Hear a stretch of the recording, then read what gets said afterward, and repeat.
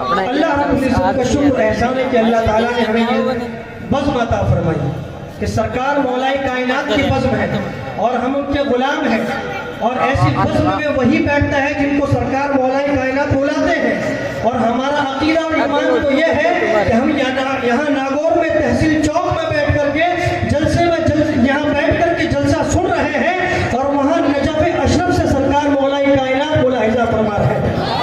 اور ہمارا عقیدہ یہ بھی ہے اگر وہ چاہیں تو وہاں سے چل کر یہاں آ سکتے ہیں۔ میرے پیارے آقا صلی اللہ علیہ وسلم کے پیارے دیوانوں، کہ سرکار مولا کائنات کا جشن ہے، اور ان کا جشن منانے والے ان کے مشن پر عمل بھی کرتے ہیں، ان کے مشن کو فالو بھی کرتے ہیں۔ میرے پیارے آقا صلی اللہ علیہ وسلم کے پیارے دیوانوں، اللہ قرآن مجید میں ارشاد فرماتا ہے ان الدین عند اللہ الاسلام، بے شک اللہ کے نزدیک سب سے معزز دین اسلام ہے۔ اللہ اکبر۔ میرے پیارے آقا علیہ الصلوۃ والتسلیم کے پیارے دیوانوں، اسلام ایک ایسا خوبصورت مذہب ہے جو رواداری کا پیغام دیتا ہے، عدل و انصاف کا پیغام دیتا ہے، بھائی چارے کا پیغام دیتا ہے، اخوت کا پیغام دیتا ہے، پڑوسیوں کے حقوق کیا ہیں ان کو پورا کرنے کا پیغام دیتا ہے، بھائیوں کے حقوق کیا ہیں ان کو پورا کرنے کا پیغام دیتا ہے، ماں باپ کے حقوق کیا ہیں ان کو پورا کرنے کا پیغام دیتا ہے۔ اللہ اکبر۔ آج کچھ لوگ یہ کہہ دیا کرتے ہیں کہ اسلام تو طرح طرح کی دوسری شکشائیں دیا کرتا ہے،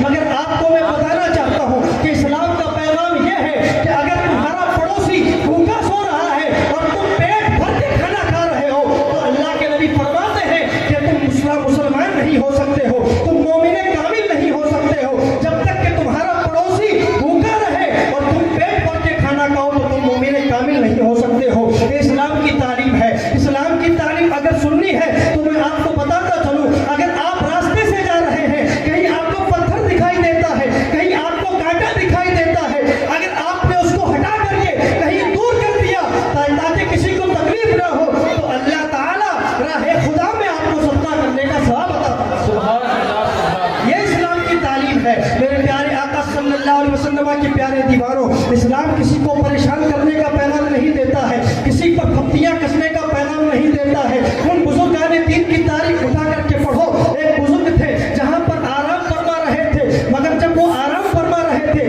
ان کے جسم پر چینٹیاں آ کر کے چڑھ جاتی ہے، انہیں پتہ نہیں چلتا، مگر وہ وہاں سے اٹھ کر کے جب اپنی منزل تک پہنچ جاتے ہیں، جب وہ دیکھتے ہیں پہنچنے کے بعد کہ ان کے پورے جسم پر چینٹیاں چل رہی ہے، تو انہوں نے دیکھا کہ یہ اللہ کی مخلوق ہے، میں جہاں سے آیا ہوں یہ میرے ساتھ وہیں سے آئی ہے۔ وہ اللہ کے ولی پھر وہیں جاتے ہیں، اپنے کپڑوں کو اتار کر کے جھاڑتے ہیں اور اس مخلوق کو وہاں تک پہنچا دیتے ہیں۔ یہ اسلام کا پیغام ہے کہ اللہ کے ماننے والے اور بزرگان دین کا یہ پیغام ہے کہ انسان تو انسان ہے، آپ کے رہتے ہوئے کسی جانور کو بھی تکلیف نہیں ہونی چاہیے۔ میرے پیارے آقا صلی اللہ تعالی علیہ وسلم کے پیارے دیوانوں، آپ ذرا غور تو کریں، آج پوری دنیا میں اسلام پر ریسرچ کیا جا رہا ہے، یورپ کی سرزمین سے لے کر کے آج پوری دنیا میں اسلام پر تحقیق کی جا رہی ہے، اسلام پر ریسرچ کی جا رہی ہے۔ ایک سائنٹسٹ تو ایسا تھا کہ جس نے دیکھا اس کا ایک دوست مسلمان تھا، جب وہ وضو کرتا ہے تو منڈلی کرتا ہے،